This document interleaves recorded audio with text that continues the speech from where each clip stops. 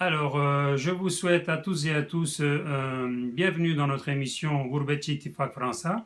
Donc, parmi nous aujourd'hui, nous avons un invité de marque mondialement reconnu, qui est un pianiste hors pair, qui est Monsieur Blé, pardon, le thème ne se prononce pas, hein, d'après ce que je sais, Stéphane Blé.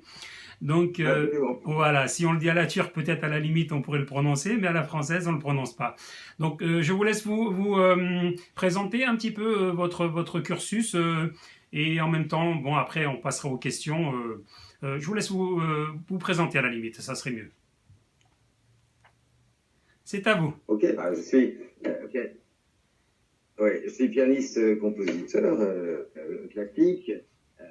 Je suis français, je suis né en France. J'ai été de Byron Janis et Vladimir Horowitz aux États-Unis. J'avais 17 ans. J'ai vécu en France la plupart de ma vie. Et puis j'ai décidé de venir vivre en Turquie il y a près d'un an maintenant. Je venais déjà très souvent, j'avais déjà des liens particuliers avec la Turquie, qui est un pays que j'adore. Et comme compositeur, j'ai écrit une quinzaine de rhapsodies turques et ottomanes, après des thèmes populaires de musique turque et aussi des thèmes ottomans, Oui. fantaisie ottomane pour orchestre. Et puis je venais de plus en plus souvent donner des concerts, et j'avais beaucoup d'amis à Istanbul et ailleurs. Et ça fait déjà un bon moment de penser à venir m'installer ici, et je l'ai fait l'année dernière. Donc vous avez fait le pas, c'est très bien. Donc en fait, du coup, vous avez court-circuité ma question qui était quelle était un petit peu l'initiative du fait que vous installez en Turquie. Bon, bah, on va passer directement. On a compris que vous étiez un petit peu tombé amoureux et le charme des Turcs et du pays en lui-même. Donc on a, d'après mes informations, vous avez une certaine proximité avec le président à l'heure actuelle. Est-ce que vous avez un petit peu une idée de ce qui va se passer dans les prochains mois, dans les prochaines années en ce qui concerne la politique turque vis-à-vis de l'Occident, concernant l'objectif 2023? Est-ce que vous pouvez nous éclairer un petit peu sur ce point? Écoutez, je pense que le président a choisi ce qu'il fallait faire, c'est-à-dire de résister au chantage et à la pression de l'Europe et des États-Unis. Enfin, vous savez bien que c'est pas nouveau. Les États-Unis, Israël et l'Europe voudraient une Turquie faible, une Turquie qui soit à leur botte. Et heureusement, on a un président en Turquie n'accepte pas ça. Donc, je pense que simplement, le président turc n'est pas belliqueux, mais il n'accepte pas dans lesquels sont tombés d'autres pays, d'ailleurs, bien avant la Turquie. Je crois il va simplement faire en sorte que la Turquie reste parfaitement libre et indépendante. Parce qu'on sait bien qu'il y a des éléments qui tendent à essayer de diviser à l'intérieur de la Turquie, on l'a bien vu. Et on voit que bon, l'Europe est en train de s'effondrer, et ça, c'est quand même évident. On voit les menaces de Trump qui sont évidemment inacceptables. Et je pense que le président turc a bien raison de réagir comme il réagit. On voit bien qu'Israël et les États-Unis veulent une Turquie à leur botte, et bah, ça ne sera pas le cas. Tant mieux pour la Turquie, et c'est pour ça que je suis fier d'être dans un pays qui sait se faire respecter, ce qui n'est plus le cas en Europe. Exactement, exactement. Une Turquie forte et déplaisante pour un Occident. Ils étaient un petit peu habitués ces 80 dernières années à une Turquie qui était menée un petit peu à la baguette. Et Voilà. émergence d'une nouvelle force en Anatolie leur pose problème vis-à-vis de leur politique géostratégique internationale. C'est ce que vous êtes en train de nous expliquer. Donc après, bon, nous avons des voisins du style la Syrie, notamment avec le problème Daesh, et heureusement que les Russes sont intervenus pour justement faire cette politique. Après la guerre froide, on pensait que la Russie avait justement, comment dirais-je, arrêté un petit peu l'ingérence, et du coup, bon, ben, elle revient un petit peu sur le plan international, et ce qui fait qu'on équilibre un peu les forces internationales vis-à-vis de ce qui se passe dans la région. Ma question est celle-ci. Est-ce que vis-à-vis du pouvoir actuel, on peut tenir cette, comment dirais-je, cette situation au long terme, ou alors ça va finir par se calmer et on va se rendre compte que la Turquie est dans une phase émergente et on la laissera faire, ou alors vous pensez qu'on continuera à lui mettre des bâtons dans les roues et auquel cas de le faire chuter, notamment avec le coup de putsch qui a manqué le coup d'État qui a manqué la dernière fois. Est-ce que vous pensez que le risque est toujours présent d'avoir une intimidation par l'intérieur ou par l'extérieur? Évidemment que le risque est toujours présent et plus que jamais. Que vous avez élu Theodor Herzl, je veux dire, le plan des sionistes israélien n'a pas changé, c'est évident. Donc, ça va continuer, mais je pense que maintenant, ça n'a à peu près aucune chance d'aboutir. Alors, pour ce que vous me disiez sur la Syrie, à mon sens, l'attitude de la Turquie dépendra évidemment de ce qui se passera. C'est-à-dire que si on se retrouve encore avec un Assad qui protège des groupes terroristes comme le PKK, ça va mal se passer. Si Poutine a bien compris ce que le président turc lui a dit et qu'il arrive à convaincre Assad de ne pas se lier à ces gens-là, ça va se passer mieux. Enfin, tout va dépendre évidemment des alliances qui vont se passer. Mais la Turquie a bien compris que ce qui se passe en Syrie était aussi un moyen de l'atteindre. Et donc, je pense que le président ne laissera jamais faire. Enfin, je suis persuadé. Mais ça dépendra bien entendu non seulement de l'attitude de Poutine, mais c'est pas Poutine tout seul, parce que il faudra voir comment Assad réagit. Il sait quand même qu'il a, dans le passé, fait des alliances avec des groupes que la Turquie a acceptés. Donc, on verra comment ça évolue. Donc l'alliance Russie-Iran avec le procédé d'Astana, vous pensez qu'elle va perdurer ou alors on va avoir parce que là dernièrement on a les Allemands et les Français qui se sont immiscés un petit peu au mois de septembre. Erdogan devrait les rencontrer. Donc vous pensez que l'Europe est en train de se détacher des États-Unis, en fait ils commencent un petit peu à prendre leur envol, ou alors ils sont toujours sous tutelle pro-atlantique? Je pense que la France, en tout cas, est totalement sous tutelle. Ça, c'est clair. L'Allemagne, peut-être, oui, vu les menaces de Trump à l'Allemagne, effectivement, peut-être ça sera quelque chose. Mais il y a aucun espoir, à mon avis, de venir de l'Europe par rapport à ça. À mon avis, c'est simplement un changement de style de communication. Ils attendent de voir ce qui va se passer. Ils ont changé leur style, mais ils n'ont pas changé d'idée. Et de toute façon, je pense que l'Europe fera exactement ce que les États-Unis lui disent de faire. Peut-être, à part l'Allemagne maintenant, qui est quand même très agacée et assez effrayée des menaces de Trump. Mais je pense que, bon, on n'a pas tellement besoin de l'Europe ici. Je veux dire, effectivement, il y a un grand espoir avec ce lien entre la Russie, la Turquie, l'Iran. Maintenant, encore une fois, selon ce qui se passera sur le territoire syrien et quels groupes seront soutenus par le pouvoir d'Assad, voilà. On verra comment ça évolue, mais je pense que l'Europe n'a pas les capacités et les possibilités de s'opposer aux géants américains sionistes, on va dire. Voilà. Et donc, je ne pense pas qu'il y ait de changement là-dessus. C'est simplement un changement de stratégie. Ils sont obligés de valider le fait qu'ils ont raté leur coup. Donc, pour ne pas perdre la face, ils essayent de changer de manière de s'exprimer avec des communicants différents. Mais sur le fond, pas d'illusion. D'accord, il n'y a rien qui a changé sur le fond. Alors, l'attitude de M. Trump, est-ce que ce n'est pas justement ça qui fait que la politique américaine n'est pas suivie de manière, comment dirais-je, pugnace comme elle l'était avant, puisque du jour au lendemain, il change, il passe d'une attitude de menaçante à une attitude de négociation, on l'a vu avec l'Iran aujourd'hui, où il invite à la table. Donc, est-ce que cette Amérique-là n'est pas plus pour déstabiliser un monde qui était multipolaire aujourd'hui, maintenant qui était bipolaire, qui devient multipolaire, où on voit plus ou moins les États-Unis en train de se démener pour garder une hégémonie mondiale, et on n'est pas en train de voir justement une Amérique s'affaiblir avec l'attitude de Trump? Je crois que Trump est pragmatique, enfin, je ne sais pas comment on peut l'appeler, il y a d'autres adjectifs, mais on va rester poli. Mais je crois que Trump, simplement, peut pas faire grand-chose. Bon, il y a les cas profonds de toute manière. Je crois que aux États-Unis, on aurait pu avoir une place qui aurait peut-être été même encore pire. C'est-à-dire qu'au moins, on voit où on est. Mais le fait qu'il prétende maintenant se rapprocher de l'Iran, c'est simplement parce que M. Netanyahou a fait une annonce, j'allais dire cabalistique, qui lui ressemble bien, en disant il faut aider l'Iran. Je crois que les Iraniens, quand ils entendent Netanyahou dire il faut aider l'Iran, c'est l'alerte rouge immédiate. Donc je crois que tout ça, c'est comme d'habitude. mensonge, la manipulation, et que, au contraire, les Iraniens se méfient grandement. Donc, ils essayent tous, si vous voulez, pour reculer la chute du dollar qui est inéluctable.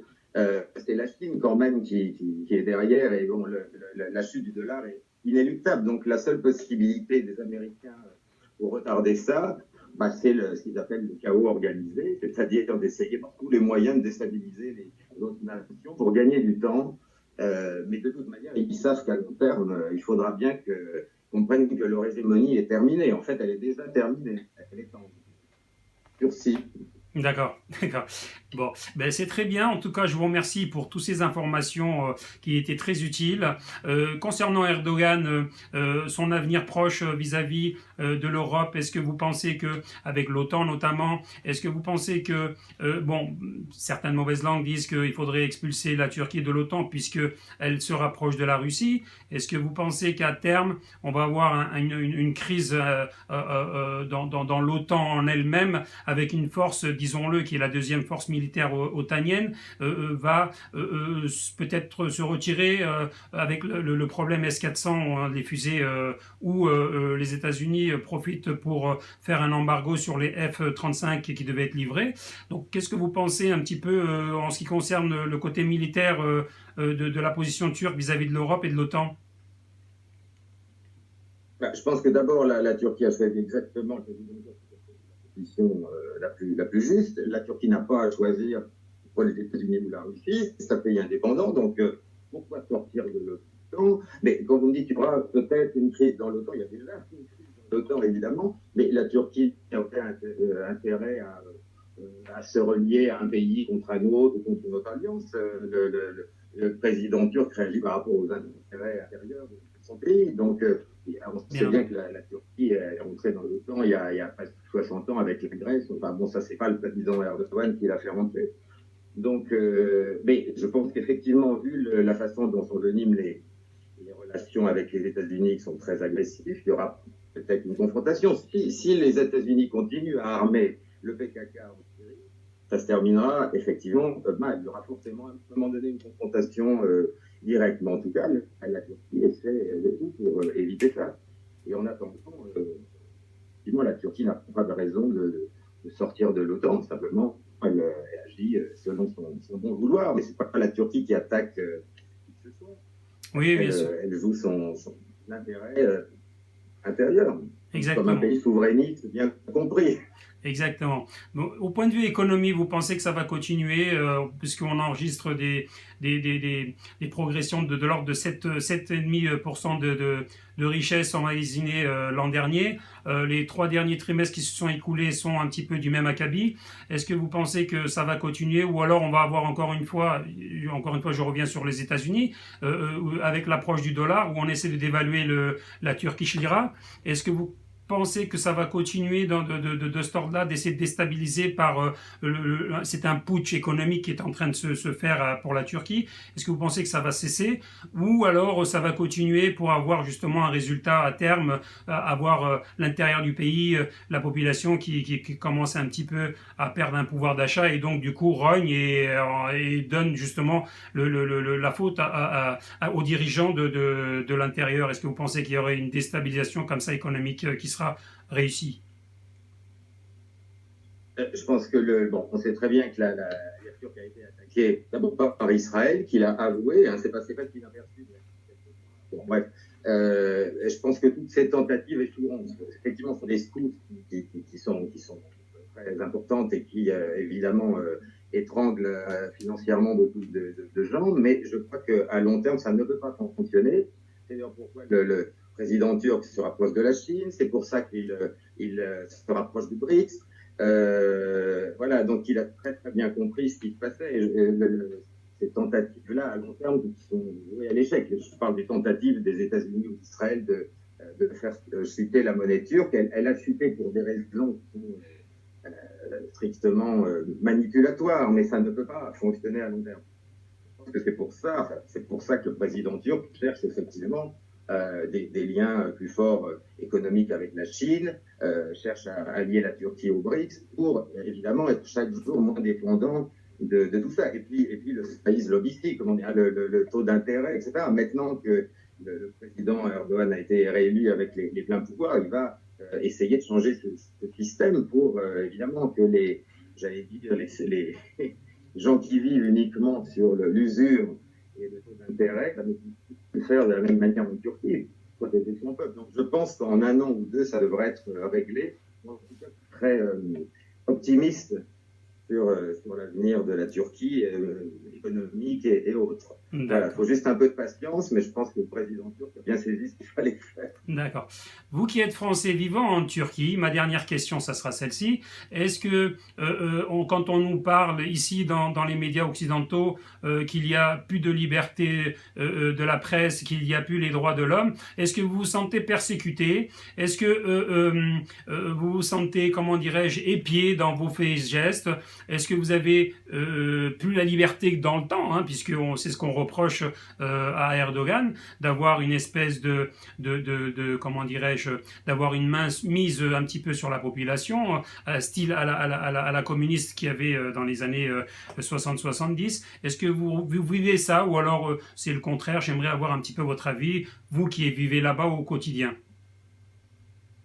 Ah non, je ne vis pas du tout ça, et ça fait partie des manipulations habituelles qu'utilisent certains médias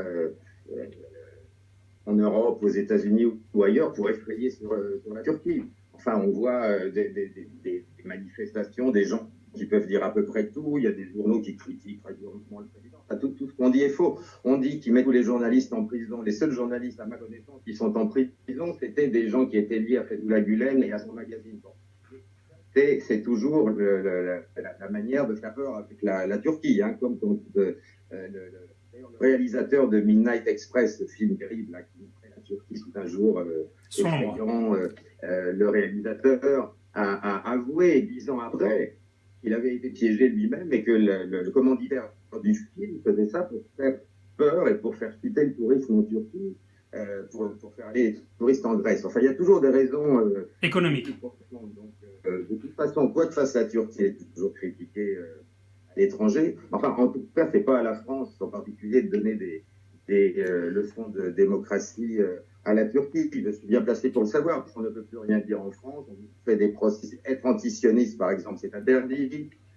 Une manifestation pour les Palestiniens, vous vous faites tabasser par la police. Donc, je pense que, et puis, vu ce qui se passe en ce moment avec Macron, je pense que là, le temps est venu d'arrêter de prendre les gens pour des idiots. Donc, non, moi, je n'ai pas du tout ce problème-là. Les gens que je vois autour de moi non plus. Maintenant, évidemment, il y a une lutte acharnée contre les éléments pour faire chuter la Turquie. On a vu ça au moment du coup d'État, que ce n'est pas des Fethullah Gülen, des gens de la CIA, du Mossad, des gens du PKK. Donc, effectivement, il y a ça. Et pour protéger le pays, il faut bien qu'il y ait ça. Mais en dehors de ça, je ne vois pas de gens autour de moi qui soient inquiets ou persécutés. Non. Donc, c'est pas du tout ce qu'on dit. Mais encore une fois, il faut se rappeler que dans je vais dire, les messianistes sionistes juifs veulent la Turquie. C'est ce que Théodore Herzl écrivait. Donc, si vous voulez, c'est toujours le diviser pour mieux régner. Ils aimeraient bien que des populations différentes s'affrontent en Turquie.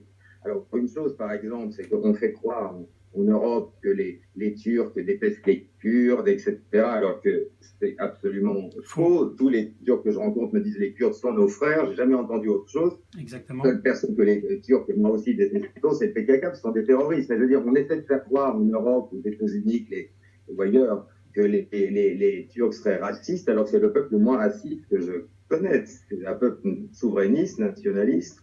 Mais vous avez des gens qui aimeraient bien, évidemment, envenimer les choses de l'intérieur.